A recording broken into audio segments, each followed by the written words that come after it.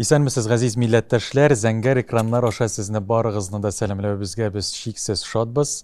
Күңел күге тапшыруының бүгенге кунагы композитор, Татарстанның атказанган сәнгать эшлеклесе Илмир Низамов. Илмир, сәлам. Сәлам иде. Илмир, сәңа әңгәмә дәверендә син дип дәшсәм буламы? Әлбәттә. Чөнки без Илмир белән тормышта да таныш, яхшы таныш кешеләр, шулай ук Илмир белән без икебез дә яшь кешеләр дип әйтергә кирәк. Илмир, менә яшьлек дигәннән безнең халыкта өлкәннәргә юл бирү менталитеты бар, өлкәннәргә юл бирү хас. Яшьләргә күп очракта син әле яшь, чиратыңны көтеп тор, тәҗрибә җый, сиңа әле вакыт җитмәде дип әйтергә яраталар. Син 2015 елны Кара Пулат операсын дөньяга чыгардың. Ул вакытта сиңа 29 яшь иде. 27. 27. Әйе. Минем математика белән яхшы түгел димәк. 25 яшеңдә син Алтын Казан рок операсын чыгардың, ул синең диплом эшең иде. Әйе. Бу ике әсәрнең дә либретто авторы Ринат Абый-Харисов, танылган безнең әдип, Татарстанның халык шагыйре. Менә син Ринат абый белән эшләгәндә, Ринат абый сиңа син әле яшь, өлкәннәр әйткәнне генә тыңла, артыгын эшләмә, булай эшләмә дип әйткәне булдымы? Һәм гомумән сез менә Ринат абый белән ничек таныштыгыз?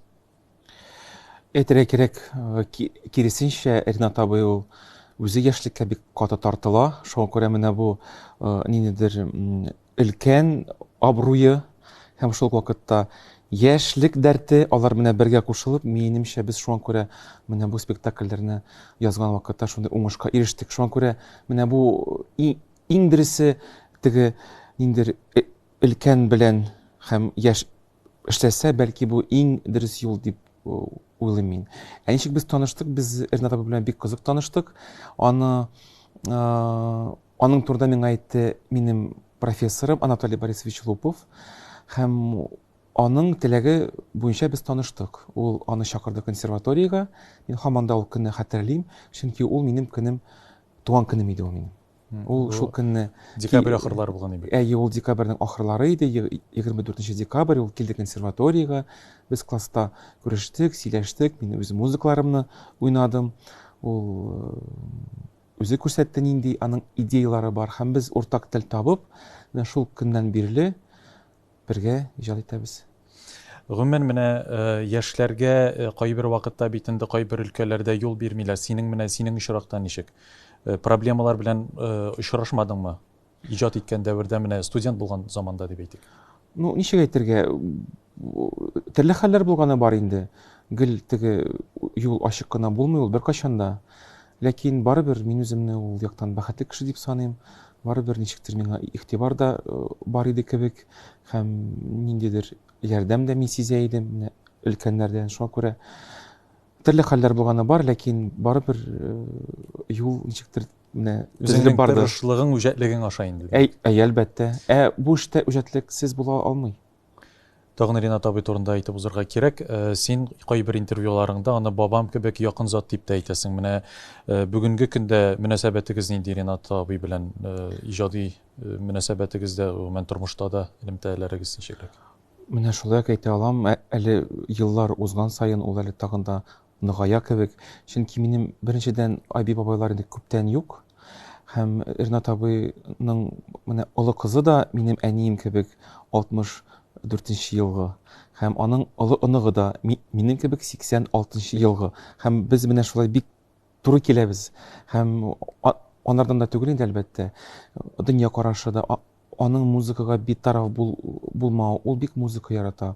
Ул беренче көннән бирле миңа гел әйтеп тора иде. Мин ди Нәҗип Җиганов белән эшләдем ди.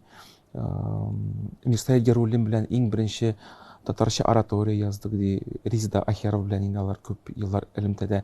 Һәм ул менә бу композиторлар белән бер элемтәдә булу, ниндидер менә шундый якын булу, эшләү аның өчен бик зур роль уйный тормышында. Ул аны бик кадерли, бик аны ярата һәм ул менә музыкага битараф булмау һәм менә музыка дөньясына шундый кызыксыну белән булу. Ул әлбәттә безгә бик уртак темалар тудыра. Ул бит инде шагыйрь, ул җырларда күп язган кеше. Ул әлбәттә опера театрында аның күп әсәрләре бара. Шуңа күрә ул яктан тормыш тәҗрибәсе дә, аның иҗат тәҗрибәсе дә миңа бик кызык һәм ул аның белән гел Янып тора. янып тора һәм ул бүлешә аның белән. Һәм минем өчен ул бик зур шатлык, чөнки менә шундый яныңда кеше булу, мин гел менә ниндидер минем шикләрем булса, мин аңа шалтыратам, Мирнат абый киңәш кирәк митә. Менә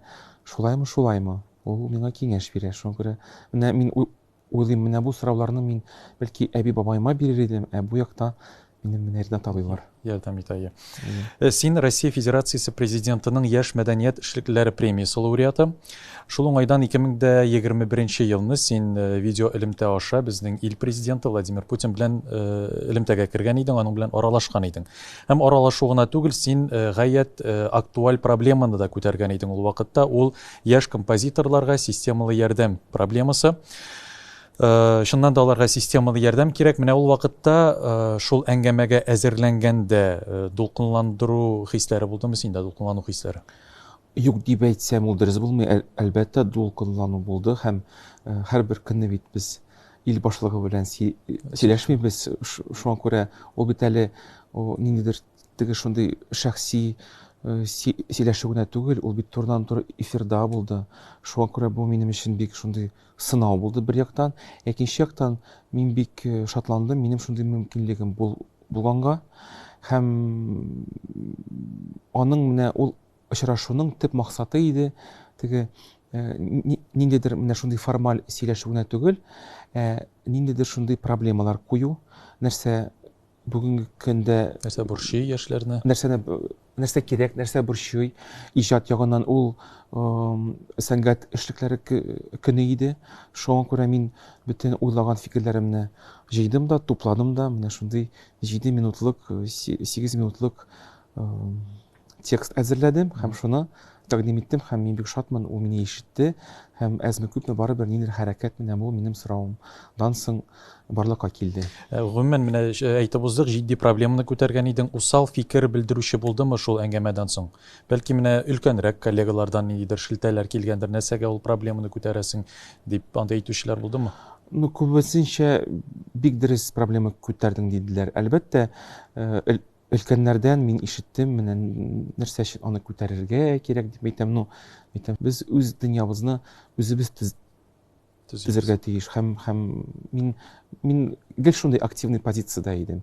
Көтеп ятырга кирәкми, үзең үз тормышыңны төзергә тиешсең. Татарстан Республикасының беренче президенты Минтимер Шәймиев әйтмешли, мич башында утырып кына хыялланып булмый, нәрсә эшләргә дә кирәк. Әлбәттә. Гомумән менә ил башлыгы белән сөйләшкәннән соң проблеманың шишелү юллары табылдымы? Менә инде 2 ел вакыт узды, ничегрәк бүгенге көндә? Әйтергә кирәк, мин күтәргән проблема ул бит бик зур проблема. Ул бер-ике көндә генә аны шишеп булмый һәм әйтергә кирәк, ул президенттан гына тормый ул. Ул глобаль, менә безнең тормышта ничек заманча композиторның тормышы әверелгән, нинди авырлыклар бар, ничек безнең җәмгыять заманча музыкага карый, аның проблемалары күп, ләкин шул вакытта төрле формалар барлыкка килде, төрле фестивальләр оештыра башладылар, конкурслар тагын күбәйде. Бөтен Россиянең композитор берлегендә махсус грант барлыкка килде. Менә алар барысы да менә бер тамчы, бәлки әкрен генә үзгәртер безнең ситуацияны дип әйтим, безнең хәлне. Сине рухи яктан бай, акыллы, тирән фикерли торган шәхес дип бәяләргә була. Бу әлбәттә иң беренче чиратта тәрбиядән киләдер. Менә синең әти-әниең сине менә ничек тәрбияләделәр, менә бу фәлсәфә орлыкларын алар ничек салдылар сиңа? Сергей Довлатов әйтмешли, без кызыбызны өйрәтмәдек, без аны яраттык кына. Менә мин үземнең дә турына шулай әйтә алам. Ниндидер махсус фәлсәфи дәресләрен менә Илмир улы менә шундый китап укы, менә мондый кино кара дигән әйбер безнең дә юк иде ул. Чөнки мин шундый гади гаиләдән, әти-әни гел эштә иде, алар гел эшлиләр иде. Шул вакытта мин белә идем, алар мине бик каты яраталар. Бөтен тырышлыгын җыеп миңа ярдәм итәргә тырышалар. Шуңа күрә менә шундый атмосферада үстем мин. Әлбәттә, ул бит тәрбия әти-әни нигезен салса да, шул нигезгә бит күп нәрсә istele укытучылар һәм әлбәттә синең дусларың, синең менә яшьтәшләрең, менә алар барысы да ничектер мине җыеп барды дип әйтә алам. Менә минем алдымда гел ниндидер кызык укытучылар иде. Алар барысы да үз эшләрен бик яраталар иде. Алар сизәләр иде, миңа нәрсәдер әйтсәң, ул минем күңелемә керә. Ул ничектер мине үстерә һәм укытучылар миңа битараф түгелләр иде. Китаплар алып киләләр иде, музыка нидә тыңларга кирәк. Һәм менә бер яктан әтияни, икенче яктан укытучылар, җәмгыять әлбәттә. Алар менә барысы да ничектер менә шундый нәтиҗәгә сине шәхес буларак формалаштырган иде. Китерделәр, белмим, мин әйтә алмыйм нишләп ул шулай. Бәлки мин үзем дә тумыштан да ниндидер шундый кызыксыну минем бик зур булгандыр. Мин гел бөтен әйбердә мин гел кызыксына идем. Ә ничек ул менә шулай? Нигә ул шулай? Теге зрив корень дигән әйбер бар бит. Менә миңа бик кызык иде һәрбер әйбернең менә уртасына, төбенә барып җитәргә. Ни өчен ул менә шулай? Һәм бәлки менә бу бит менә шул сорау ул бит фәлсәфәнең нигезендә тора. Нәрсә ул? Ничек ул? Нигә ул шулай? Менә кеше шуның турында уйланса, ул үзе инде фәлсәфәче кебек була. 4 ел буе син мәдрәсәдә белем алгансың. Ни өчен менә мәдрәсәне сайладыгыз? Бу үзеңнең теләгең идеме, әллә исә әтияниң Ульяновскида милли, мәдәни, дини белем алсын дип сине мәдрәсәгә алып килделәрме? Ялгышмасам, синең әниең дә дини кеше һәм гомумән синең үзеңнең дингә карашың нинди? Әйтергә кирәк, минем әти-әни авылда үскән вакытта алар икесе дә татар мәктәбен тәмамлаганнар. Шуңа күрә минемчә аларга бик мөһим иде. Без гаиләдә гел татарча сөйләшә идек һәм сөйләшәбез дә. Һәм аларга бик мөһим иде менә бу татарлыкны ничектер менә ул орлыкларны миңа сеңдерергә, чәчеп калдырырга минем күңелемдә. Һәм икенче яктан әлбәттә дини ягы да бар. Һәм менә мәдрәсә ул ике әйберне алып барды. Безнең анда татар теле дәресләре дә бар иде. Әлбәттә гарәп теле, дини дәресләр, намаз уку, азан әйтү. Мин һаман да хәтерлим, миңа 8 яшь булганда мин азан конкурсында катнашкан идем. Миңа ниндидер диплом биргәннәр иде. Минемчә дин һәм әлбәттә иман ул менә кешенең эчендә ниндидер шундый көч үстерә. Һәм мин менә балачактан ук үземне ничектер мин менә Аллаһ Тәгалә белән сөйләшә идем мин гел. Һәм икенче класста мин һаман да хәтерлим, безгә Аллаһ Тәгалә шулай әйткән, менә шулай дигән, анда Коръән дәресләре бездә бар иде. Мин бер заман укытучыдан сорадым. Мин әйттем, ә нишләп без Аллаһ Тәгаләнең булуына ышанырга тиеш дип сорадым мин аларга. Сез аны күрмәгән, без аны күрмәгән, аны беркем дә белми, бармы ул, юкмы? Һәм мин гаҗәпләндем шул укытучының ничек миңа җавап кайтару. Ул бит 8 яшьлек малайга ул бик гади җавапларга тиеш бер яктан. Икенче яктан ул кешене теге юк бар сорауларны сорама. Ул менә шулай дисәң, ул киресенчә баланы нитә, ул ара шидләштерә. Әлбәттә. Ә ул миңа бик дөрес җавап кайтарды. Ул миңа әйтте: һәрбер кеше ди үз тормышында ди, аның шундый вакыты җитә ди. Ул вакытта ул Аллаһ Тәгаләнең булуын үзе аңлаячак ди һәм ул аны бик каты сизәчәк ди. Мин 8 яшьтән ул вакытны көтә башладым. Әйтәм, кайчан булыр икән ул? Һәм ул вакыттан соң ул бер тапкыр гына түгел, ул күп тапкыр ничектер килде. Минем тормышымда андый мизгелләр булды. Һәм менә ул тагын да ничектер минем менә бу иманымны ныгайтты. Һәм менә иң авыр вакытларда, әлбәттә бит инде без авыр вакытларда ярдәм бир безгә, ничек түзәргә, ниндидер анда сынауларны узарга шул вакытта бит уйлыйбыз. Һәм шул вакытта рәхәт вакытында да рәхмәтле булырга кирәк. Синнән күпме тапкыр рәхмәтле, шул хәтле сиңа бирелә дип уйлыйм мин. Табалмам дип сине курыктым, эзләдем, күзләдем, ут йоттым. Мин сине таптым да бу җирдә, бәхетнең үзенә юлыктым. Мин синдә югалам, табылам. Син җәннәт бу җирдә табылган. Янымда килештә сагынам. Җибәрмә янымнан, җанымнан. Dünyamны tam yaratım diyen sizde bir günge bir tünge jibermesin üzünden.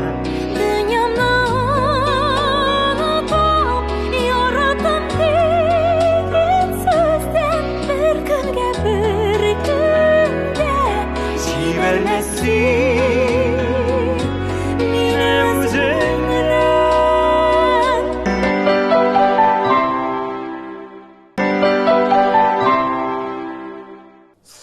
Ничә яшьтән син катлаулы классик музыка тыңлый башладың һәм ничә яшьтә аның асылына төшенеп, аны аңлый башладың? Классик музыканы. Классик музыкасы белән мин таныша башладым музыкаль мәктәпкә килгәч. Чөнки анда бит теге музыка тыңлау гына түгел, син ул музыкаларны үзең уйныйсың, яисә хорда җырлыйсың. Мин һаман да хәтерлим, миңа 12 яшь кенә иде, без Рахманинов музыкаларын җырлыйдык хорда. Һәм ул бит бик зур классика. Синең Миңа менә 12 яшь кенә. Бүлдереп алам. Әйе. Синең яраткан композиторың Рахманинов. Ул менә ни өчен яраткан? Иң беренче классик композитор, син ишеткән классик композитор булгангамы, яисә вакыт узу белән икенче яктан син аны ачтыңмы үзеңә? Бәлки шуңа күрәдер. Менә мин музыкаль мәктәпкә килгәч, мин ничектер минем тормышымда аның музыкасы бик күп барлыкка килде. Икенче яктан ул бит бөек пианист табылган, ул фортепиано өчен бик күп искиткеч әсәрләр язган һәм менә бу аның музыкалары бик зур мәхәббәт тудырды минем эчемдә менә бу фортепианога. Һәм мин сәгатьләр, көннәр, айлар, еллар буе аның музыкага гашык булганга күрә теге уйнадым бик күп. Миңа укытучы әйткән иде, син телисең икән Рахманинов музыканы уйнарга, син бик күп уйнарга тиеш, укырга тиеш бик күп. Менә шуңа күрә ул минем өчен ниндидер шундый кумир дип әйтә алам. Менә ул вакытта минем өчен музыка дөньясында. Һәм әлбәттә Рахманинов кына түгел, башкалардан да, булсыннан да, Моцарт, булсынмы Чайковский. Һәм 19 яшемдә Казанга килгәч, мин үземә татар композиторларын ача башладым. Кайчан мин җитди музыканы аңлый башладым. Җитди музыканы бит аны ничек әйтергә, аны гомер буе ачырга мөмкин. Менә 12 яшендә син Моцартны тыңлыйсың, бер әйбер ишетәсең. 32дә башка әйбер, анда 82дә бәлки син башка әйберне анда ишетерсең. Шуңа күрә гомер буе классиканы ачасың. Ул әдәбият булсынмы, ул музыка булсынмы, ул һәрбер әйбер шулай. Шуңа күрә мин әйтә алмыйм, мин аны бүгенге көндә тулысынча аңлыйммы, аңламыйммы, алай әйтеп булмый аны. Ләкин әйтеп була, ул миңа якын, ул миңа кызык, ул миңа нәрсәдер бирә, яисә бирми. Илмира, син музыка өлкәсендә үзеңнең төп остазың дип кемне саныйсың? Ул Ольга Владимировнамы, яисә берничә кешеме алар? Әлбәттә, укытучылар алар күп булды, ләкин әлбәттә менә Ольга Владимировна Бурова дигән кеше, укытучы, ничектер минем тормышымда аеруча урын алып тора, чөнки миңа 13 яшь кенә иде, мин аны белән таныштым. Мине таныштырдылар аны, чөнки мин музыкаль мәктәптә бик күп музыка яза идем һәм бер туктаусыз. Һәм моның белән нәрсәдер эшләргә кирәк дип музыкаль мәктәпнең директоры мине таныштырды аның белән, чөнки ул вакытта бердән-бер профессиональ композитор иде Ульян шәһәрендә. Ул үзе ул вакытта музыка көллиятендә эшли иде, фортепиано бүлегендә. Һәм фортепиано бүлегендә укыткан вакытта ул минем белән әле менә бу композиция дәресләрен алып бара иде. Һәм мин музыкаль мәктәптә дә укый идем, гади мәктәптә дә укый идем. Һәм шул ук вакытта мин чыгып йөри идем музыка көллиятенә 10 яшемнән атнага 2 тапкыр. Без зур музыка дөньясы белән таныша идек. Ул менә шул нигезне сала башлады. Ул ничектер бик каты сизгән минем эчемдә шундый сәләтне булуын. Һәм Аңгар бик зур рәхмәтле инде димәк син. Күреп алган Әлбәттә, сурәтне. әлбәттә бүгенге көндә дә мин Элемтәдә? Элемтәдә ниндидер зур концертлар булса, яңа әсәрләремне мин аңа җибәреп торам. Ул бик шатлана, бик сөенә. Һәм менә 5 ел дәвамында без аның белән бик каты элемтәдә идек. Чөнки ул бит әле музыкаль дәресләр генә түгел, ул фортепиано дәресләре генә түгел. Ул гомумән тормыш турында без бик каты сөйләшә идек. Менә фәлсәфәгә кайтсак, каян ул алына? Бәлки шуннан да алынгандыр. Мин бик күп сораулар бирә идем. Ул миңа кызык җаваплар таба иде. Менә алар барысы да минем шәхесемне үстерде. Менә синең беренче әсәреңне кем ишетте, кем тыңлаган иде һәм бүгенге көндә син менә яңа гына язган әсәреңне кемгә тыңлатасың? Беренче язган әсәремне әлбәттә музыкаль мәктәптә укытучылар тыңлый иде, безнең концертлар була иде, шул музыка мәктәптә укыган укучылар. Һәм әлбәттә әти-әни. Бүгенге көндә дә мин нәрсә булса язсам, еш кына әнигә җибәрәм. Әйтәм, әни, нәрсә син уйлыйсың менә моның турында? Менә шундый җыр туды. Ул бик таләпчән, ул миңа әйтә ала, менә Илмир тагын да яхшырак, тагын да кызыграк булырга тиеш дип әйтә ала ул миңа.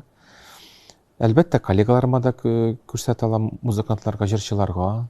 Әйтәм, менә шундый җыр бар. Режиссер белән эшләгәндә инде син аны режиссерга күрсәтәсең. Төрлечә була. Но еш кына әни әти минем иң беренче тыңлаучылар. Тормышыңның кайсы мизгелендә син үзеңдә менә күңелеңдә, баш миендә, йөрәгеңдә музыка туын сиздең һәм мин моны яза алам дигән фикергә кайчан килдең? Ялгышмасам 11 яшеңдә син яза башлагансың.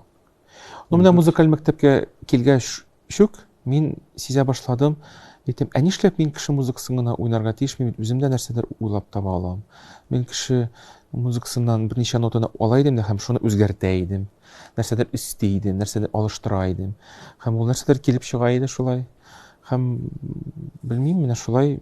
Минем өчен ул бик гадәти хәл иде. Мин уйлыйдым, әйтәм, һәрбер кеше кем музыкага укый, музыканы белә һәм кем ноталар белә, барлык кеше музыка яза ала дип уйлыйдым мин ишәптер. Һәм берничә ел үткәч, ниндидер концертлар инде, конкурсларда җиңә башлагач, мин аңладым, әйтәм, моны бөтен кеше булдыра алмый икән. Әйтәм, бу ниндидер минем шундый үзенчәлегем бар икән Менә минем. бу урында сорау бирәсем килә. Мин бүтәннәрдән үзгәрәк, мин икенче төрлерәк башка балалардан аерылып торам дигән фикерләр сиңа кайсы вакытта килә башлаган иде уеңа менә балачакта? Яисә син моны вакыт узу белән аңладыңмы инде менә атаклы композитор булгач?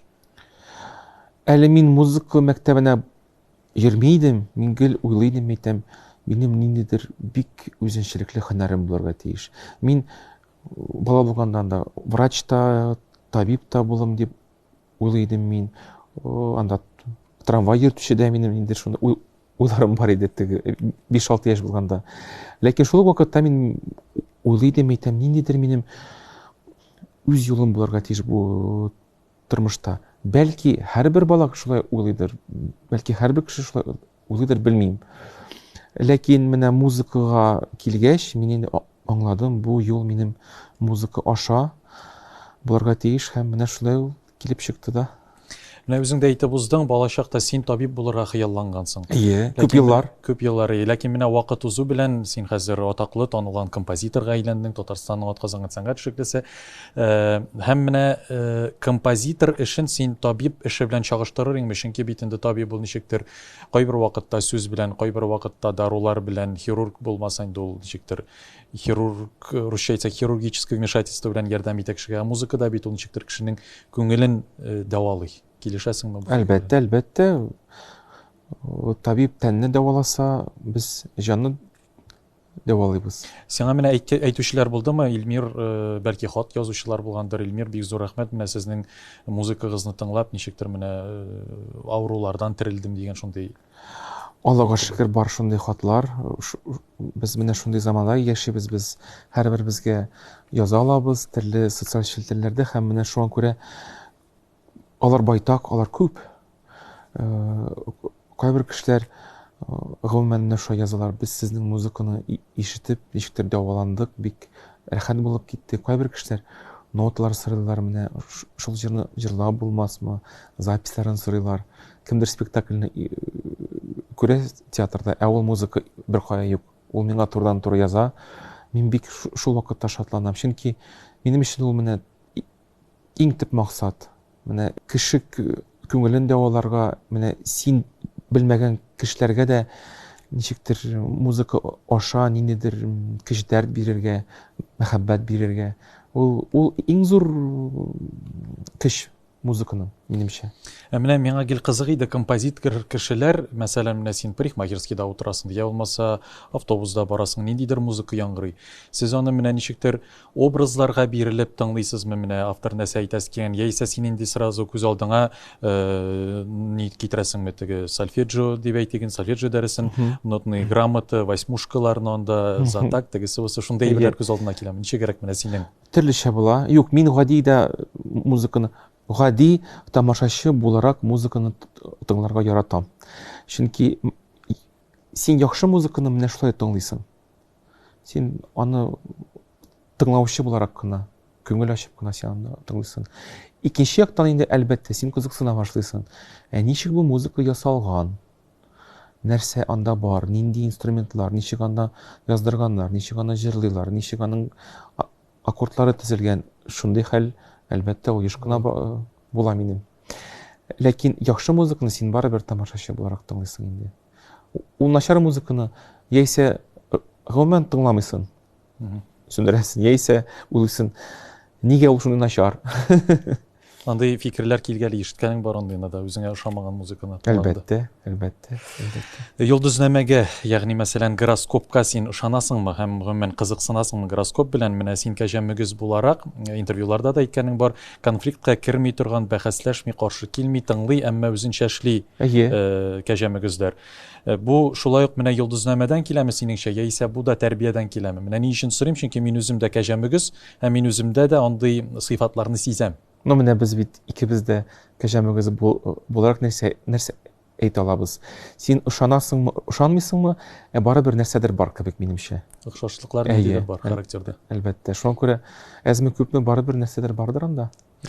Һәрбер композиторның үз стиле, үз музыкаль теле бар. Синең стилне сүзләр белән менә тасвирлап буламы синеңчә, ничек уйлыйсың? Менә ул ничек барлыкка килде синең стилең һәм бу ныгып эшләнелгән ассоциатив рәтнең билгеле бер синтезме, әллә үзеннән үзе барлыкка киләме? Бер нәрсә дә үзеннән булмый бу дөньяда. Әлбәттә нәрсәдер каяндыр ул килә. Ул беренчедән синең ичке темпераментың, инде синең ул характерың да әйтеп була. Анарысын нинди белемең синең бар, нинди абруең бар синең, нинди тәҗрибә син бу вакытка инде тупладың. Һәм әлбәттә синең янда нинди шәхесләр, нинди музыка яңгырый синең янда, син нинди илдә яшисең, нинди заманада син туган, алар барысы да кеше өстенә ничектер минем күңелемә керәләр һәм анарысы музыка булып чыгалар. Шуңа күрә юктан бернәрсә чыкмый, ул барыбер нәрсәдер каяндыр килә. Үз музыкаль стиль турында әлбәттә миңа сөйләргә авыр. Аны читтән яисә музыка белгече әйтергә тиешме? Критиклар яисә нидер критиклар әйтергә тиешме? Чөнки мин үземне төрле яклардан санарга тырышам. Ул анда җырда да, театрда да, симфоник музыкада да, операда да. Әлбәттә һәрберсенең аның нинди төрле булсалар да барыбер ниндидер Илмир Низамовның почеркы бардыр ул. Ләкин мин аны сизмим, мин аны күрмим үзем. Аны читтән генә кеше әйтә аладыр һәм бүгенге көндә барыбер күпме язсам да әле ул хәтле вакыт узмаган. Бәлки ул киләчәктә аңлашылыр. Менә гасырлар узу белән димәк. Ну, дистәләр булсынмы, белмим. Вакыт күрсәтер. Вакыт күрсәтер. Кайсы төр музыка һәр вакыт кеше җанына кагылырга сәләтле? Ул нинди сыйфатларга ия булырга тиеш? Музыка кешенең күңеленә үтеп керә торган. Ул ихлас булырга тиеш. Ул аның сире юк. Аны беркем дә әйтә алмый. Менә нинди җыр булырга тиеш, менә бу җыр күңелгә керә, бу җыр күңелгә керми. Аны менә шундый ихласлык белән язсаң, ул сиңа үзеңә ошаса. Аның әлбәттә җыр дисәк бит инде, ул бит музыка гына түгел, ул Вокалисттан да торадыр. Ул сүзләр беренчедән, икенчедән әлбәттә кем аны җырлый, ничек аны тәкъдим итә, кайбер җырчыда ул ачылып китә, кайбер җырчыда ул җыр ишетелми дә, күренми дә. Ул бик шундый нечкә әйберләр ул. Аның бернинди сире юк минемчә. Ул ниндидер шуны уңыш булырга тиеш ул. Менә бу җыр, менә бу музыка, менә бу текст, менә шундый җыр тудырдылар, менә бу җыр, менә кирәк җырчыга эләкте һәм шул җырчы ниндидер дөрес вакытта, дөрес мизгелдә, дөрес публика алдында җырлагач, менә шул могҗиза килеп чыга. Чөнки Барысы бергә булырга тиеш дисең. Чөнки еш кына менә мин тыңлыйм, сүзләре дә матур кебек, музыкасы да матур кебек. Ул җыр ничектер менә халык арасына таралып китми. Кайбер җырларны бик менә шулай җиңел язылды, ул үзенә юл тапты. Төрлечә була, монда бернинди сер юк. Ул музыкадан да торырга мөмкинме? Мәсәлән, җиңелчәрәк музыка, тизрәк үтеп керә, катлаулырак музыка, катлаулырак, заграк бара. Оннан тора микән, ул ничек уйлыйсыз? Монда турыдан-туры элемтә юк дип уйлыйм мин. Әлбәттә, мин әйтмим инде теге төрле анда симфоник әсәрләр булсынмы, яисә инде джаз бик авыр, ул әлбәттә аның тамашачысы бик үзенчәлекле һәм бик тар. Хәзер без бит җыр турында сөйләшәбез. Менә кайбер җырлар, мәсәлән, Көтәм сине дигән җырым бар минем. Мин аны җиңел җыр дип әйтә алмас идем. Аны җырларга да нидер тавыш мөмкинлекләре булырга тиеш. Ләкин шул вакытта ул бик менә халык белән яратылды. Көтәм сине җыры турында минем шуны да әйтеп узасым килә. Армия сафларында хезмәт иткәндә мин аны заманында көн сайын тыңлый идем армияда булганда һәм хәтта минем белән хезмәт иткән егетләр, Дагестан егетләре кызыксынып, бу нинди җыр, композитор кем дип кызыксынган, шуңа күрә сиңа бик зур рәхмәт әйтәсе килә. Бик зур рәхмәт иде. Әлеге җыр өчен. Бу минем өчен иң зур шатлык. Менә татар телен белмәсәләр дә кеше музыка аша, тавыш аша ниндидер хисләр кичерә һәм ул аның менә йөрәгенә килеп җитсә, ул иң зур дәрәҗә инде минем өчен. Синең өчен. Син армиядан бик тизрәк кайтсам дип инде көтәм сине дип. Спектакльне да карыйсым килгән, чөнки ул спектакльгә да бит язылган. Көтәм сине, карашымны күккә төбәп каранама. Иңәр җанны көтәм шулай бәхетем.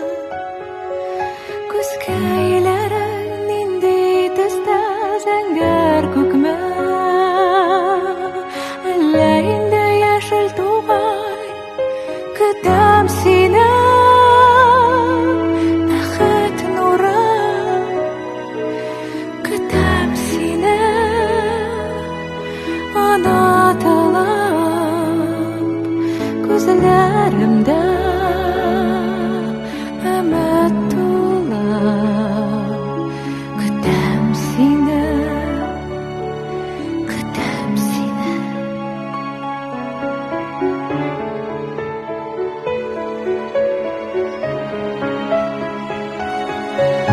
Көтәм сине, ураламда өметемә канатланып. Очар булам бәхетемә өтүләрем. Газаплы да һәм татлы да шул газапның тәмен бары көткән белән. Көтәм сине, бәхет нуры. Көтәм сине, анатылып күзләремдә өмет тула. Көтәм сине, көтәм сине.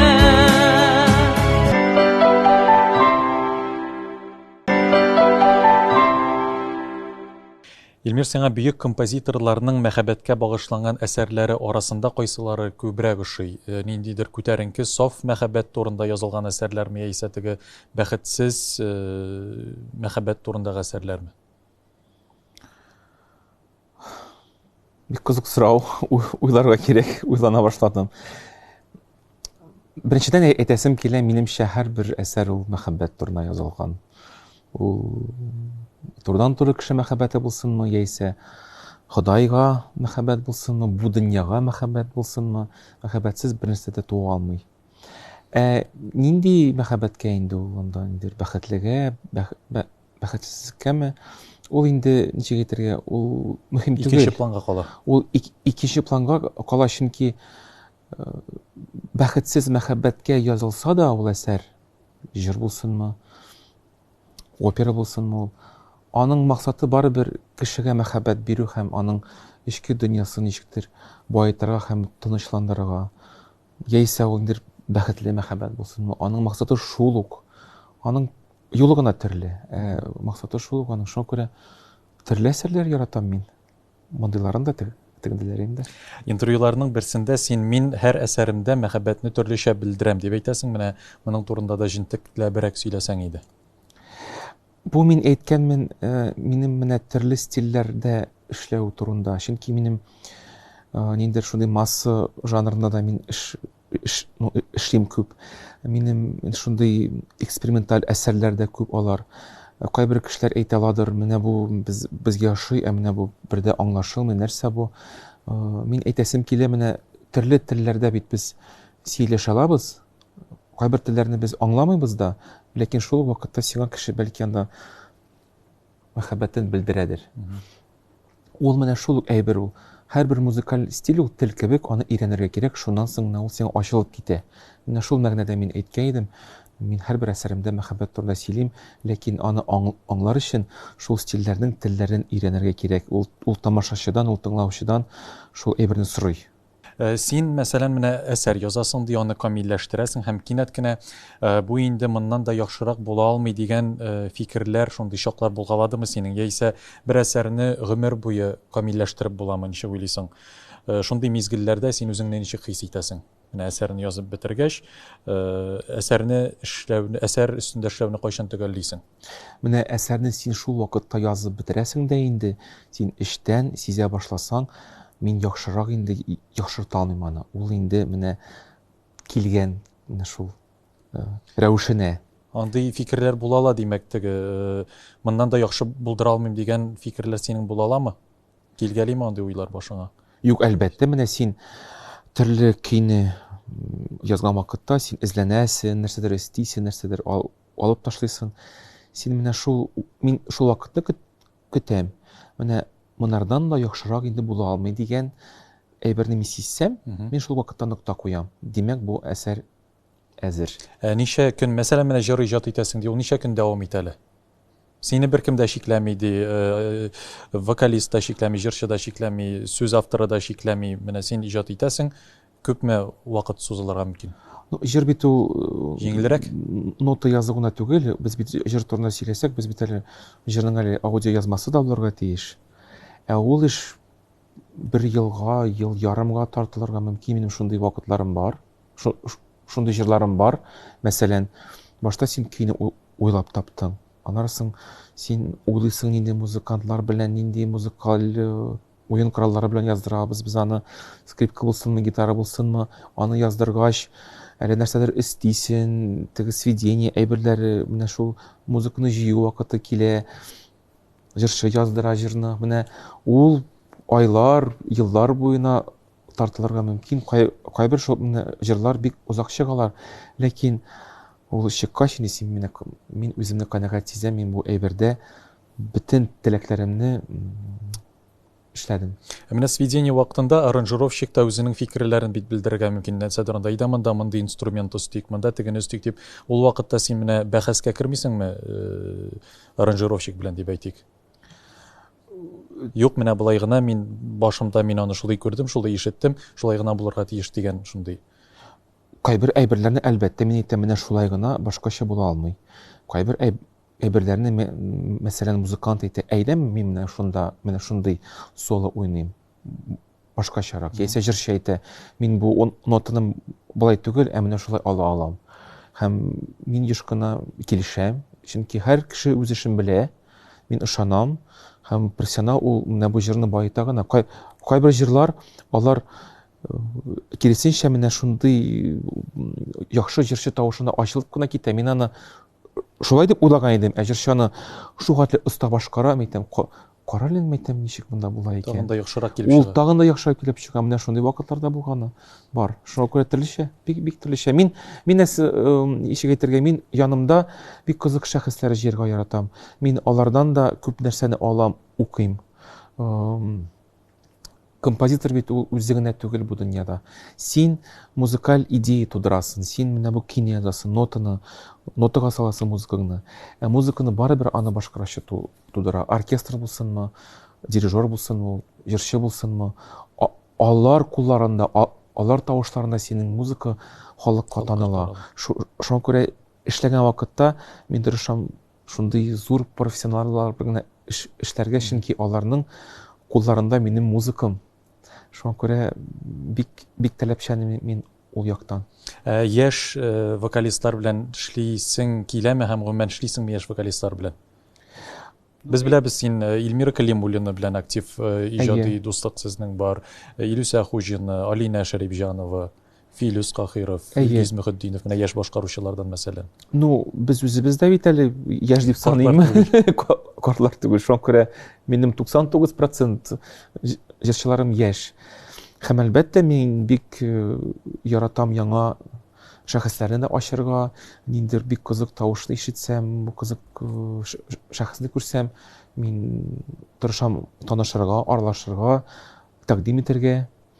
Бер көнне генә әле ишеттем, минем турында кемдер әйткән, сиңа насыйп булса, Илмир үзе сиңа тәкъдим итер дип.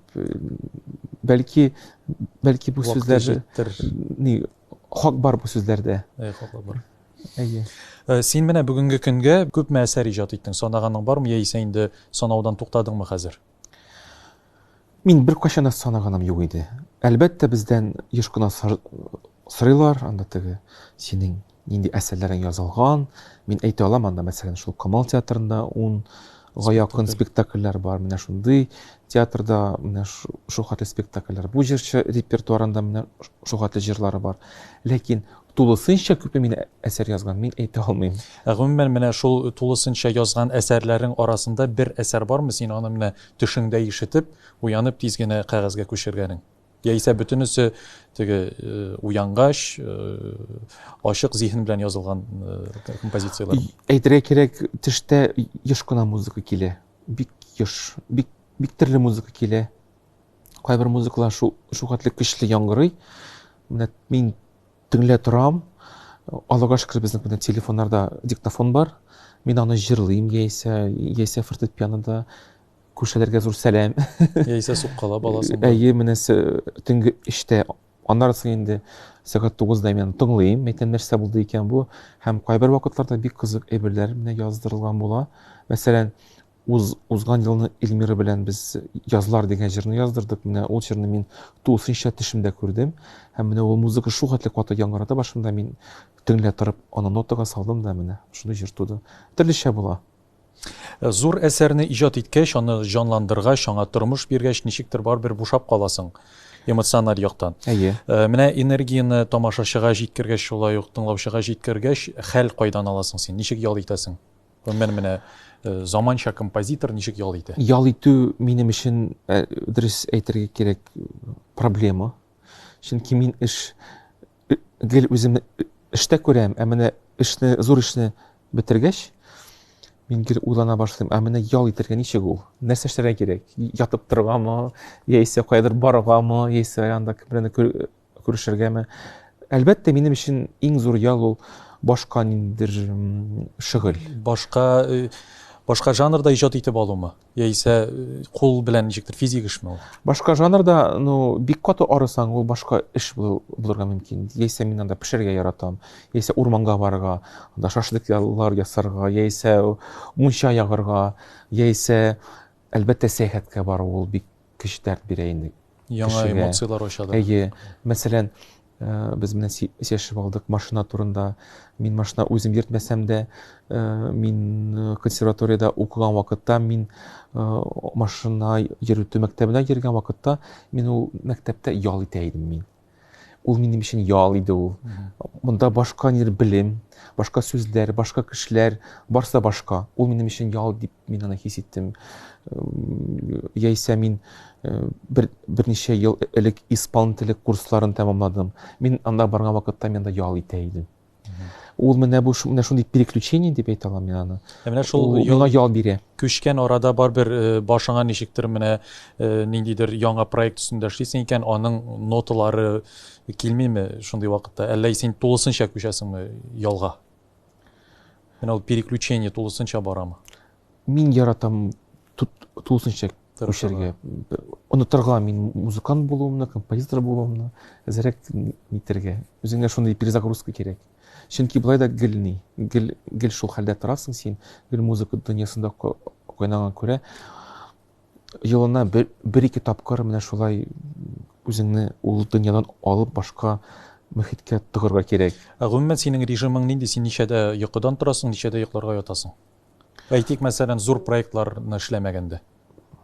Бик кешечә дип уйлыйм мин бик соң ятмыйм, бик иртә тормыйм.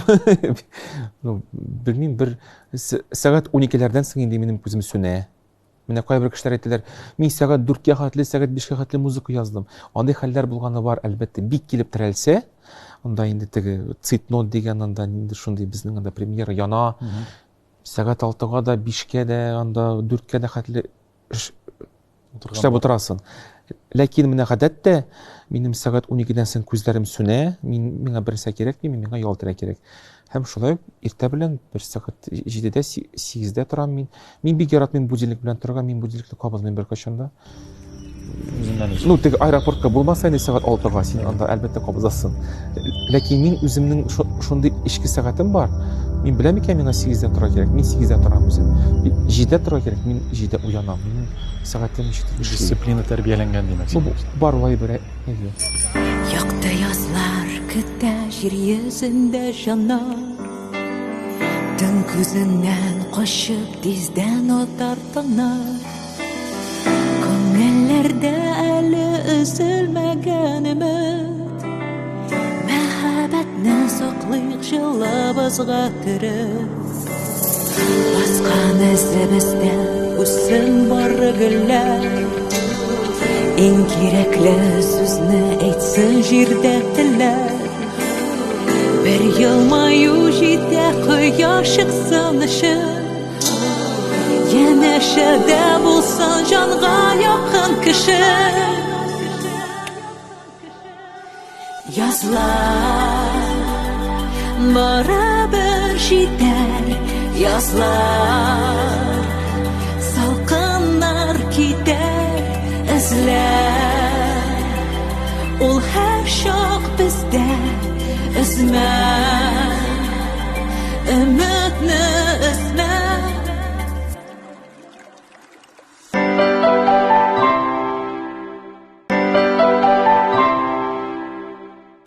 Илмир, синең өчен эчке дөнья мөһимрәкме, яисә тышкы дөнья өстенрәкме эштә һәм шәхси тормышыңда менә? Кайсысына өстенлек бирәсең? Алар бит бәйле. Шуңа күрә әйтергә алай дөрес түгелдер. Теге эчке дөнья гына минем өчен мөһим һәм теге кеше арасындамы алар барысы да бер-берсенә бәйле. Чөнки нәрсә безнең яныбызда, ул барыбер эчке дөньябызга әзме-күпме тия, ул анда барып җитә һәм эчке дөньядан барысы да шулай туа.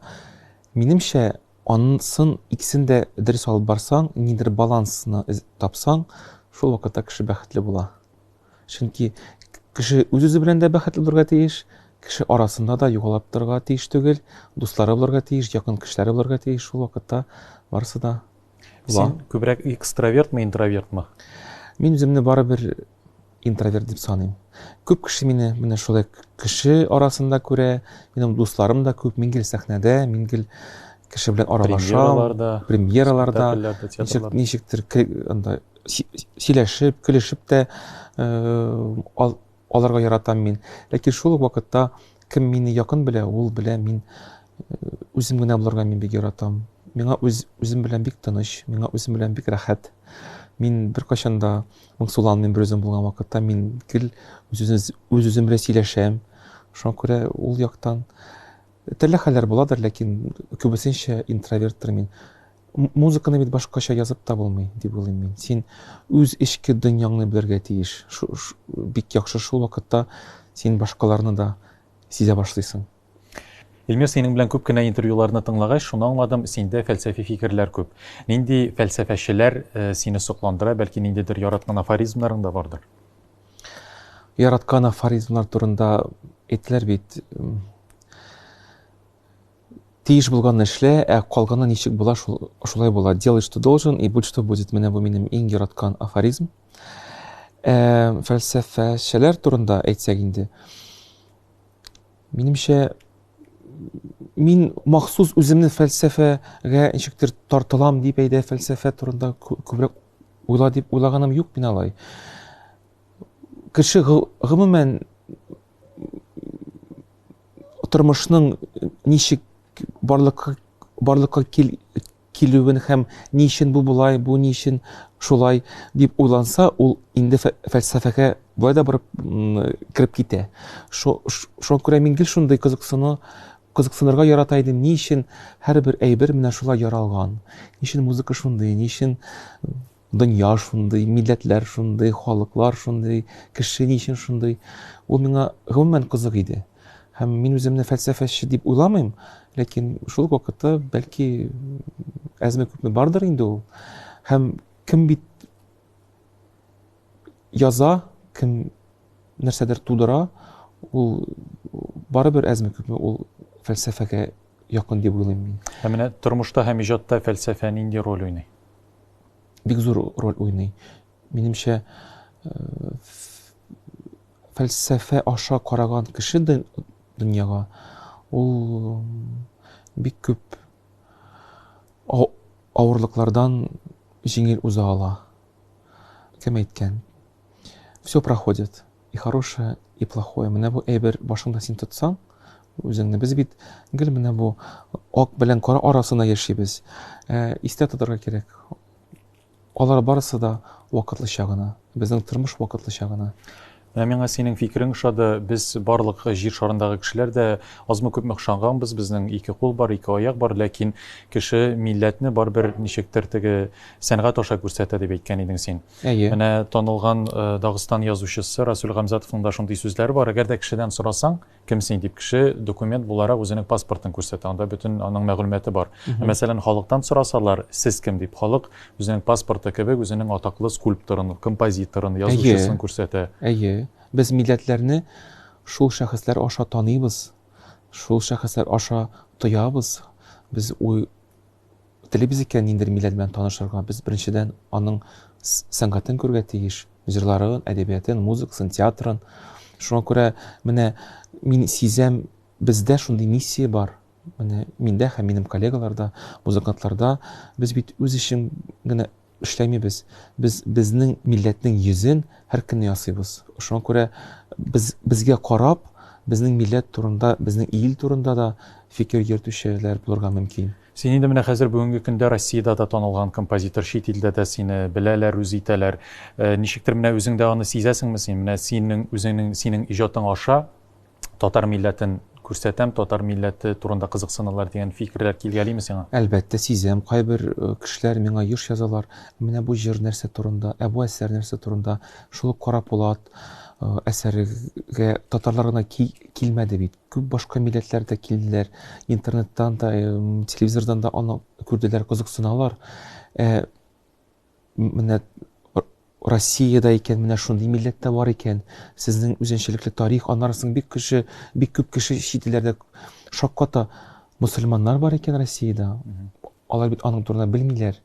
Шуңа күрә мин ул яктан үземнең миссиямны бик каты сизәм һәм татар сәнгате белән, татар теле белән әзме-күпме ул барыбер таныштыру бара музыка аша. Шуңа күрә мин гел тырыштым, минем музыкам татарларга гына түгел, башка милләтләргә дә кызык булсын.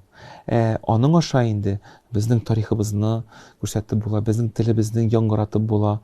Ул барысы да бик бәйле әйберләр. Монда глокал терминын кулланырга кирәк та. Әйе, әлбәттә, менә искә төште, Әлиф дигән спектакльгә мин музыка язган идем, һәм Әлиф спектаклен без Мексикада күрсәткән вакытта, мин спектакль алдыннан, менә мин әйттем бит, испан телле курсларына йөргән бар иде дип. Менә ул вакытта миңа бик ярдәм итте, чөнки мин чыктым да испан телендә, мин әлбәттә мин әзерләндем, мин испан телендә сөйләп киттем безнең Россиябызда бик күп телләр булуын, һәм бик күп телләрнең бетүе турында мин сөйләдем, һәм безнең спектаклебез татар теленә багышлануы турында мин әйттем, һәм алар бик кызыксындылар, алар бит аның турында гомумән белмиләр, кемдер өенә кайтып тагын да нәрсәдер укыгандыр. Безнең илләр белән башкача кем белгән, ул бит шулай. Минемчә, сәнгать аша без иң беренче юл без үзебезне саклый алабыз, күрсәтә алабыз һәм татар булып кала алабыз. Амин шулай булсын. Һәм синдә бөек шәхесләрдә булган үҗәтлек кайдан килә? Менә ул синең мишәрлектән килә микән? Без әңгәмә башында да үҗәтлек турында сөйләшеп алган идек. Беренчедән, минем әни бик тырыш. Мин гел күреп тордым аларны эшлиләр. Безнең үз әти салган йортыбызда без гел яшәдек. Алар бик тырыш иде һәм бүген дә тырыш. Ул менә мисал минем өчен инде бик ниндер үрнәк булып торды. Көчле стимул булып. Әйе. Аннан соң үҗәтлек белмим, мин тормышка бик зур мәхәббәт белән яшим. Миңа бөтен нәрсәне күрәсе килә, тотып карыйсы килә, музыка өлкәсендә бөтен нәрсәне өлгереп эшләргә теләгем бар минем. Һәм ниндер менә шундый саранлык та бар миндә. Менә бөтен нәрсәне өлгерергә кирәк. Аны эшләр өчен үҗәт булырга кирәк. Ничектер бездә татарларда менә мескенлек дигән сүз бар. Ул бит юкка гына түгел. Димәк, сүзе булса, димәк, аның ул мескенлеге дә бар аның. Һәм менә ул мескенлекне еш кына ничектер менә бу тыйнаклык белән бутыйлар. Минемчә, менә ул мескенлек бетерә кешене. Кеше барыбер алга барга тиеш, бернәрсәдән дә куркмаска. Без бу дөньяга килгәнбез икән, димәк, Аллаһ Тәгалә теләгән икән синең менә бу дөньяда булуыңны. Димәк, син нәрсәдер өчен ул кирәк. Теге мин кеше арасында күренмим, миңа ярыймы менә бу турында уйларга, менә эшләргә ярамыймы? Безнең бит бар ул бездә. Татарларда ул бик көчле. Минемчә, син дөньяга килдең икән, син бу дөньяга рәхмәтле булып, дөньяның җиң сызганып, менә бөтен сиңа дөнья бүләк иткән әйберләрне кулланып, үз дөньяңны төзергә тиеш. Үз миссияңны. Әлбәттә, менә бирелде икән сиңа сәләт.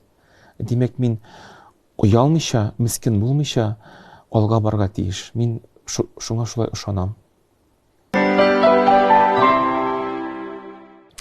Илмир, соңгы арада гаммәви мәдәнияткә, массовый культурага өстенлек бирәләр. Шул җәһәттән менә ничек уйлыйсың, элитар мәдәният кимсетү кичермиме? Терцияны квартадан аермаган кешегә классик музыкага мәхәббәтне ничек сеңдерергә, ничек уятырга аны? Күрсәтергә кирәк, таныштырырга. Ул менә шуннан гына тора. Кеше беркайчан да опера театрында булмаса, ул гашыйк була алмый операга. Балачыктан аны йөртергә кирәк. Әлбәттә, элитар музыка ул гел элитар иде. Без менә шундый массовый менә дидең бит. Менә шундый вакытта яшибез. Шуңа күрә ул сәнгать ничектер бик каты күренә, телевидение, радио, интернетта. Элитар ул әзрәк күренсә дә, барыбер ул инде ничек әйтергә, ул өстән тора дип әйтим мин инде. Ул ничек менә ул Менә икенче сорау, менә шуннан туры. Гомумән ул кызыктыру эше кемнең бурычы? Менә иҗатчы кеше, син композитор буларак, моның белән менә башыңны ватырга тиешме, син менә башыңны катырга тиешме шул сораулар белән? Яисә син иҗат кына итәргә тиешме? Ул иҗат кына итәргә тиеш дисәм дә, ул бит үзеңнән тора, ничек ул син аның белән таныштырасың. Ну, барыбер менә син иҗат кына итәсең. Ул алай кызганычка каршы ул алай гына эшләми. Демәк, бүгенге әйе. көндә, бүгенге заманча ниндидер инструментларны куллана белергә кирәк композитор кешегә. Әлбәттә. Композиторга гына түгел, төрле һөнәрияләрне, мәсәлән, менә син дә Әлбәттә. сәнәдер яздың, аның турында кешегә җиткерергә. Ягъни, мәсәлән, безнең социаль челтәрләр аша Әйе. мәсәлән.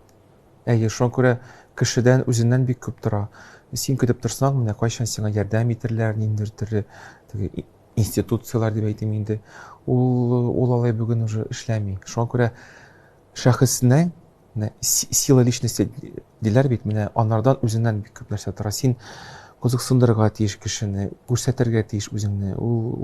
Мин гомер буе шулай дип белә идем һәм менә шулай эшләргә тырышам. Син әйттең, менә балаларга яшь чактан классик сәнгатькә яшь чактан өйрәтергә кирәк дип. Мәсәлән, менә мин 28 ел яшәдем ди, гаммәви культура белән, мәдәният белән кызыксынып, массовый культура белән кызыксынып, һәм менә минем ничектер тиз генә булмаса да элитар мәдәнияткә күчәсем килә, классик музыка тыңлый башлыйсы килә. Миңа опера театрыннан башларгамы, яисә ничектер бар бер кечкенә постановкалардан мен ничек кирип китәргә? Менә без әйтеп киттек, интернет социаль челтәрләр дип. Шуңа күрә алар безгә бер яктан ул масса күләме дөньясы инде менә бу. Массовый мәдәният тарату Әйе. усулы. Ләкин шул ук вакытта анда элитар сәнгать белән дә танышып була. Анда күпме төрле операларны күреп була, төрле мастер-класслар бар, төрле лекциялар бар. Нәрсә ул менә заманча музыка, нәрсә ул заманча рәссамнар, кемнәр алар, ничек ул шундый.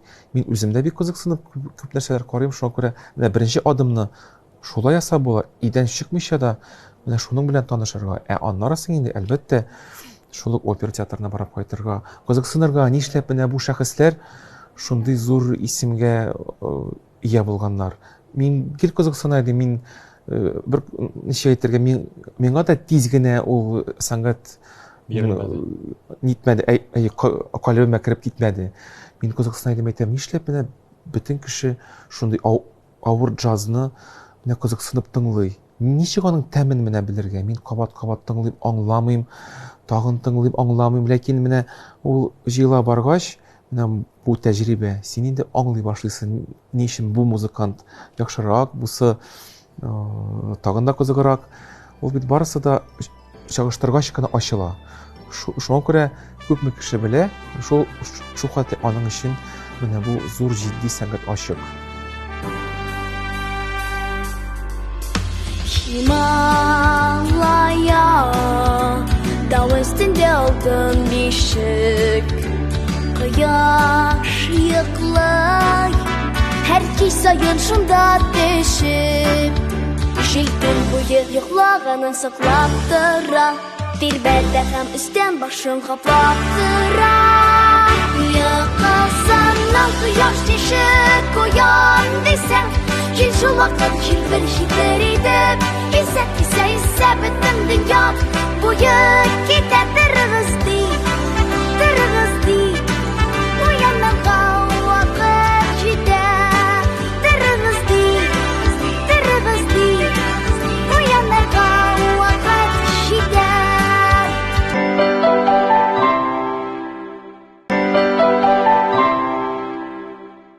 Biz менә опера театрын турында сүз башладык икән, менә Яшерен Батырын түгел, бүгенге көндә безнең опера театрында, Казандагы опера театрында милли куелышлар аз бара. Аның директоры менә Рафаэль Сабирович сиңа шундый фикердә әйткән булган, әгәр дә театр композиторының әсәрен ала икән, ул аның әсәрен алгач, бүтән җаваплылыкны да үз өстенә ала. Әйе. Син яхшы куелыш булса да, начар куелыш булса да, барбер театрга ләгәчәк дип әйтик инде. Шуның өчен микән безнең театрда милли куелышлар аз бара, ничек уйлыйсың син?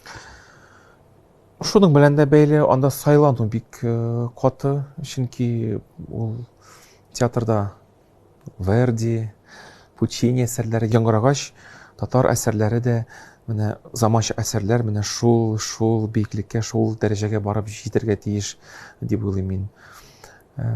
Һәм ни эшләп теге тагын да күбрәк артмый, белмим ул.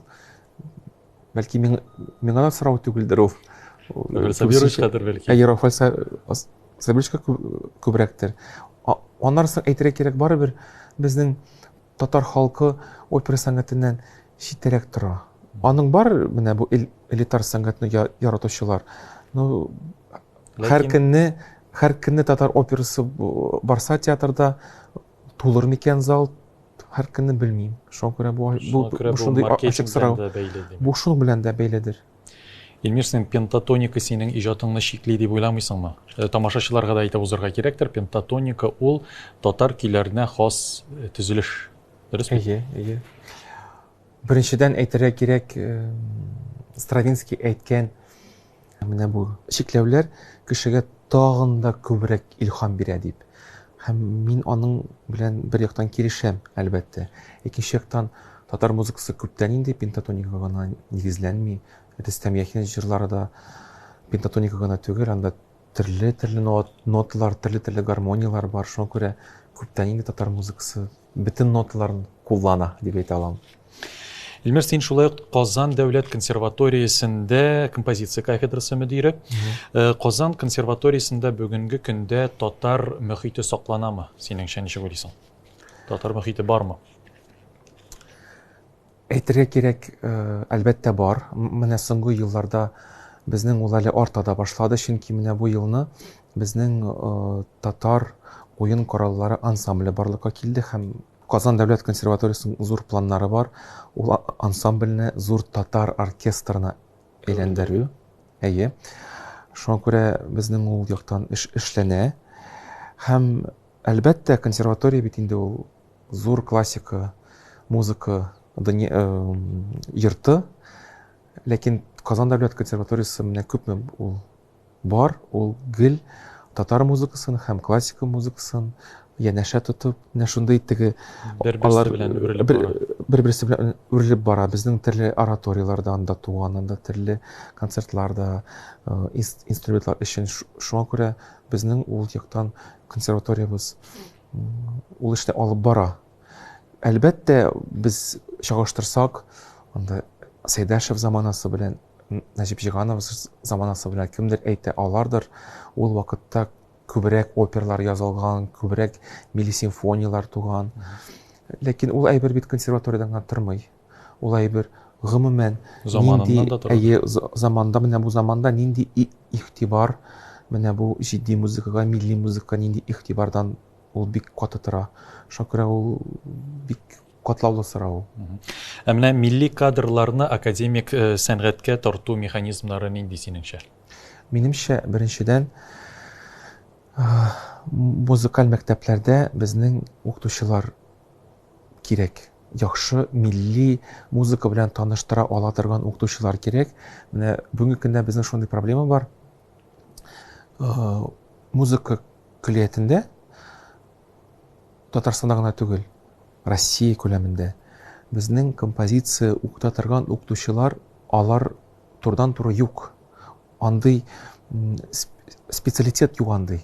Менә кайбер училищеларда шундый укытучылар була, кем композиция бүлеген алып бара ала. Мәсәлән, минем шулай булды. Миңа шулай менә язмыш менә шундый бүләк итте. Ләкин ул булмаса кем белгән, нинди минем юлым булыр иде. Чөнки бала чактан ук мин композитор булам дип беркем дә килми. Музыка мәктәбенә һәм музыка көллиятенә.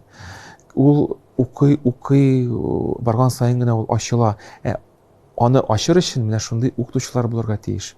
Һәм менә композиция укытучылары булса, милли музыка белән таныштыра торган кешеләр булса, әлбәттә анарысын кеше кызыксынып, уйланып, бу бит миңа якын, бу миңа кызык, анарысын консерваториягә барырга мөмкин. Һәм анарысын инде кеше үз тормышын ул милли музыка белән милли музыка белән бәйле. Һәм әлбәттә ул уку йортларыннан гына тормый.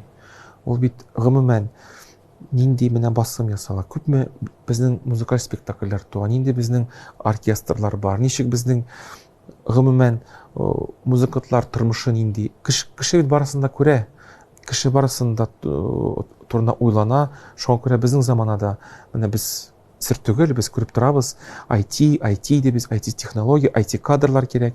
Һәм әлбәттә ата-ана тырыша баласын шул IT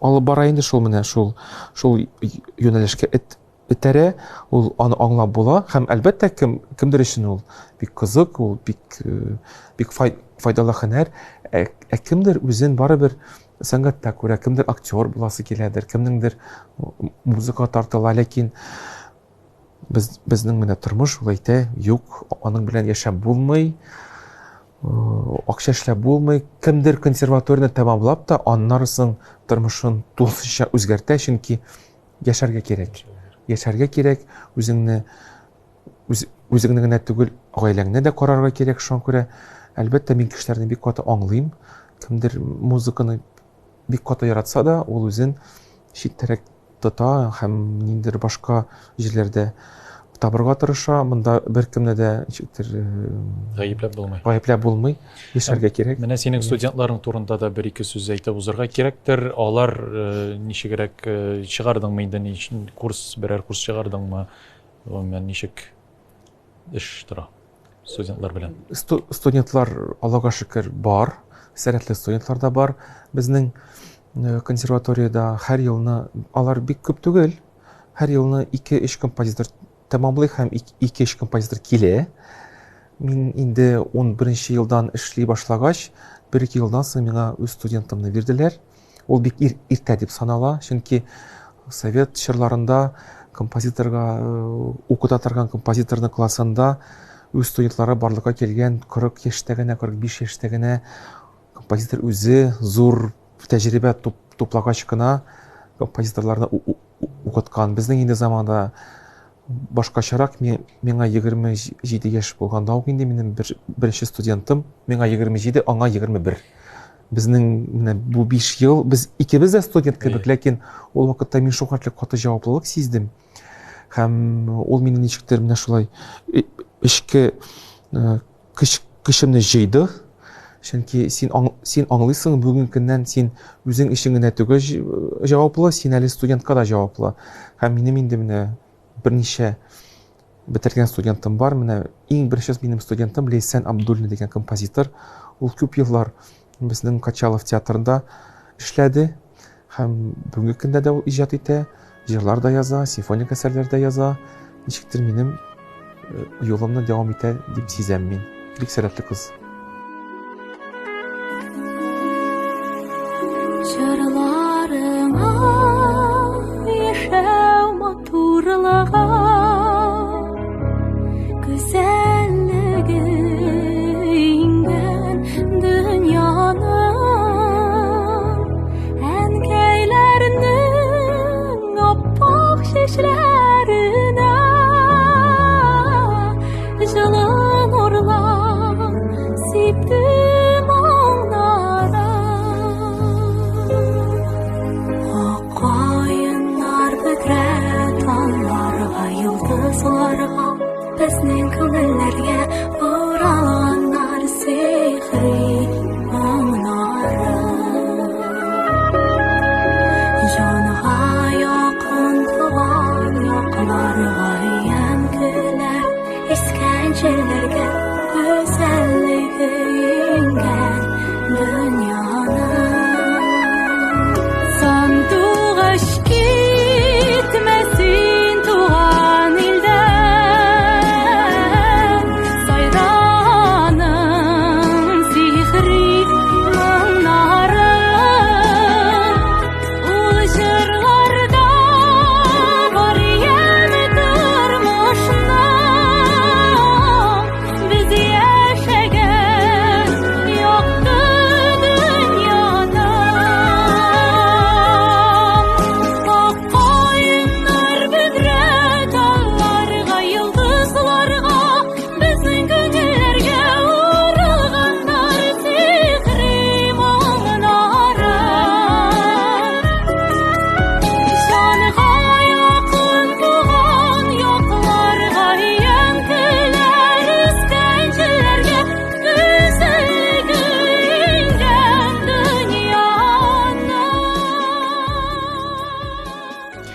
2-3 ел элек чыккан әңгәмәдә син ялкаулыгымны киметергә, үз-үземне ашавымны туктатырга дигәнсең.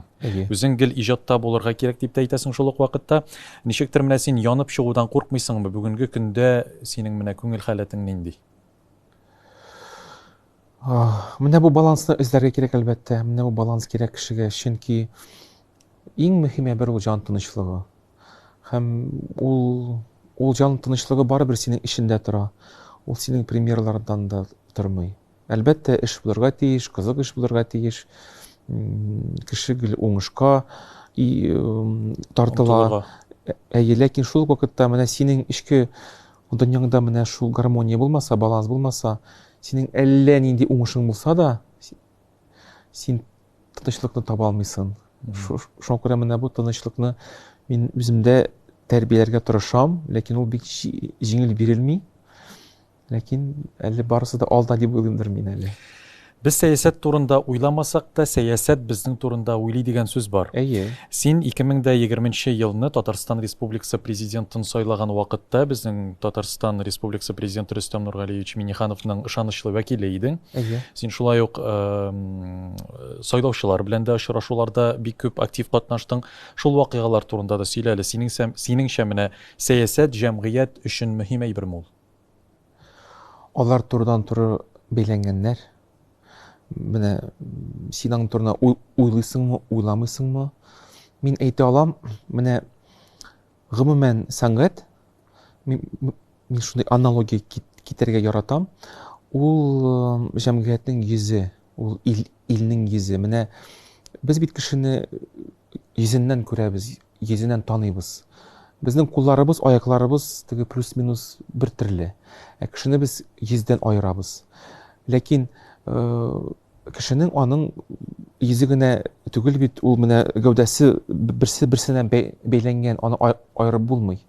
Менә шулай ук сәнгать та ул менә җәмгыятьнең йөзе булса, безнең экономика булырга тиеш, безнең социаль әйберләр булырга тиеш. Анда күп нәрсәләр һәм әлбәттә политика, сәясәт. Шуңа күрә алар берсе белән бәйләнгән һәм менә безнең политиканың нинди хәле булуы турында минемчә сәнгатьтән дә күреп була. Нинди китаплар языла бу, мәсәлән, бу республикада, без Татарстан турында сүз алып барсак инде. Нинди музыка туа монда, нинди җырлар, нинди кинолар. Ул бит сәясәтнең нинди хәлендә булуы турында әйтә безгә. Һәм менә шул яктан мин әйтә алам. Мин тулысынча тормыш турында әйтә алмыймдыр бәлки, ләкин менә сәнгать ягыннан мин әйтә алам, безнең Татарстаныбыз бик каты кайный һәм игътибар да бик зур бөтен яктан. Безнең нинди театрлар, безнең нинди оркестрлар бар. Безнең менә бу без әйттек яшьләрнең теге төрле юллар эзләү турында һәм әзме-күпме барыбер яшьләргә монда зур мөмкинлекләр бар. Һәм менә минем Путин премиясы алуы, ул бит ничек әйтергә кирәк, менә бу мөмкинлекләр булмаса, бу оперларны язырга, Алтын Казан, Кара Полат симфоник әсәрләр өчен, оркестр өчен язылган әсәрләр, ул премияда миндә булмас иде. Булар, бу әсәрләр бар, чөнки мин республиканы һәм безнең президентның ярдәмен күрәм һәм сизәм. Һәм мин генә түгел, безнең башка яшьләрдә. Шуңа күрә менә ул яктан безнең республикада яшь иҗатчыларга димәк мөмкинлекләр зур. Һәм мин чагыштыра алам. Мин үзем Татарстанда туып үсмәгән егет. Мин Ульяновскида туып үстем һәм мин беләм нинди хәлләр анда, минем анда дусларым да бик күп, туганнарым да бик күп һәм Татарстанда нинди хәлләр. Мин үземдә бик күп йөрим, башка илләргә дә, Россиядә дә. Шуңа күрә безнең Татарстаныбызда сәнгатькә игътибар бик зур һәм шул яктан мин безнең президентны хуплыйсың. Хуплыйм әлбәттә. Шул яктан мин анда бардым да аңа ярдәм итәргә. Ул ничек булып чыкты? Сиңа шалтыраттылармы? Ничек менә ул процесс? Шалтыраттылар, менә шундый мөмкинлек бар дип, ничек сез килешәсезме дип. Әйттем, әлбәттә. Бу минем өчен бик зур җаваплылык һәм әлбәттә дәрәҗә. Синең иң зур хыялың нинди бүгенге көндә? Иң зур хыялым бик кызык сорау. Ничектер әйтергә менә Белдерәм гафу ит, син менә барыбер 36 яшь булуга карамастан да Татарстанның атказанган сәнгать эшлеклесе дигән исем йөртәсең. Чөнки бу бит инде зур дәрәҗәле исем, ул бит инде үз вакытында Нәҗип Җиһановларга бирелгән исем, яшь кеше буларак менә ул исем синдә бар. Шулай ук Путин премиясе лауреаты булып торасың. Муса Җәлил премиясе лауреаты, республика премиясе. Бик күп илләрдә танылган син. Тагын менә нәрсә җитми дип сорыйкмы соң, менә ниндирәк хыялларың? Зур хыялың бәлки бардыр. Әйтергә кирәк, мин менә бу барлык санаган эшләрне мин аларны хыял дип йөртми идем. Алар ниндидер бер яктан максат иде, икенче яктан ниндидер нәтиҗә. Әйтергә кирәк, менә ниндидер анда премия булсынмы, яисә ниндидер исем булсынмы, ул бит максат була алмый ул минемчә. Ул синең эшеңә генә бирелә нәтиҗә буларак. Хыял турында турыдан-туры хыял дип әйтсәк, әлбәттә мин үземне музыкаль театр дөньясында бик каты күрәм. Ул бөтен дөньяда да, дөнья күләмендә дә үземне сынысым килә. Россия театрларында да, чит ил театрларында да һәм әлбәттә минем хыялым бар. Казанда безнең музыкаль театр булса, шунда тулысынча эшләп бирелеп булыр дип уйлыйм мин. Менә бу теге профессиональ яктан менә шундый хыялларым бар минем. Сәнгать җитәкчесе буларакмы яисә композитор буларак кынамы? Әлбәттә, беренчедән композитор буларак. Сәнгать җитәкчесеме, юкмы белмим, ул инде күз күрер. Вакыт күрсәтер. Ничек уйлыйсың син, менә киләчәктә композитор һөнәре актуаль булырмы икән? Чөнки хәзер бит менә без күрәбез, ничектер теге ясалма зиһен дигән әйбер бар, барлык әйбер автоматик рәвештә эшләнә, компьютер уйлап таба дип әйтик. Һәр заманның менә үз музыкасы бар бит инде барбер. Без менә күпме менә шул автоматик рәвешенә, компьютер дөньясына чумабыз. Шул хәтле без каты сагынабыз менә бик гади әйберләрне. Бик менә ниндидер шундый Модада булса кулдан эшләнгән әйберләр мәсәлән. Әйе. Яисә тере концертлар, жанлы концертлар. Шуңа күрә мин композитор һөнәрен аның алда актуальлеге әле ачыла гына дип уйлыйм. Без менә бу 20нче гасырның ахырында, 21нче гасырның башында ниндидер менә бу компьютер дөньясы белән очраштык, интернет диңгезенә чумдык. Ләкин шул вакытта менә безне бик каты сагындыра башлады ниндидер гади җырлар, ниндидер оркестрлар, театр. Ул менә кешегә ул бик кирәк дип уйлыйм мин. Һәм киләчәктә ул тагын да катырак кирәк булыр дип уйлыйм. Чөнки бу сәнгать төрләре кешенең күңеленә турыдан-туры үтеп керә. Әлбәттә, компьютер беркайчан да андый музыканы яза алмый дип уйлыйм мин. Ул охшаштырып, ниндидер формуларны кертеп, Бах стилендә сиңа нәрсәдер чыгара ала, яисә анда Шопен стилендә нәрсәдер чыгара ала. Ләкин барыбер ул кеше язганы булмый. Без бит каймакны да тырышабыз базардан алырга, кибеттән түгел. Музыка инде әлбәттә. Вакыт машинасы булса, машина времени син кайда һәм кайсы вакытка күчәр идең? Менә нишәптер иң беренче уем минем килде башыма. Мин күчәр идем менә минем әти, әнием бала булган вакытларына. Әби бабайлар яшь булган вакытына, ничек алар үскәннәр, нинди чорда алар яшәгәннәр. Ничек менә дөнья вакытта ясалган булган, менә яшь күрәсе килә аларны. Нишләптер. Булай әлбәттә төрле заманларга сәхәтләр эшләп булыр иде. Татарлар ничек менә барлыкка килгән, безнең бик күп сораулар. Безнең милләт ничек менә туганында. Шул ук Тукай заманасымы яисә тагын да иртәрәк күрәсе килә бит аны. Безнең тамырлар каян килгәнен. Илмир, сиңа бик зур рәхмәт. Безнең әңгәмәбез өчен, хөрмәтле телевизор караучылар, без сезнең исегезгә төшерәбез. Бездә бүген кунакта Татарстанның атказанган сәнгать эшлеклесе, композитор, күп санлы премиялар лауреаты Илмир Низамов иде. Илмир, сиңа бик зур рәхмәт. Мин шәхсән яшь кеше буларак Татарстанның барлык яшь кешеләре исеменнән сиңа рәхмәт әйтәсем килә. Без синең кебек замандашыбыз белән бик горурланабыз. Уңышлар сиңа. Рәхмәт бик зур Рәхмәт. Идел. Рәхмәт.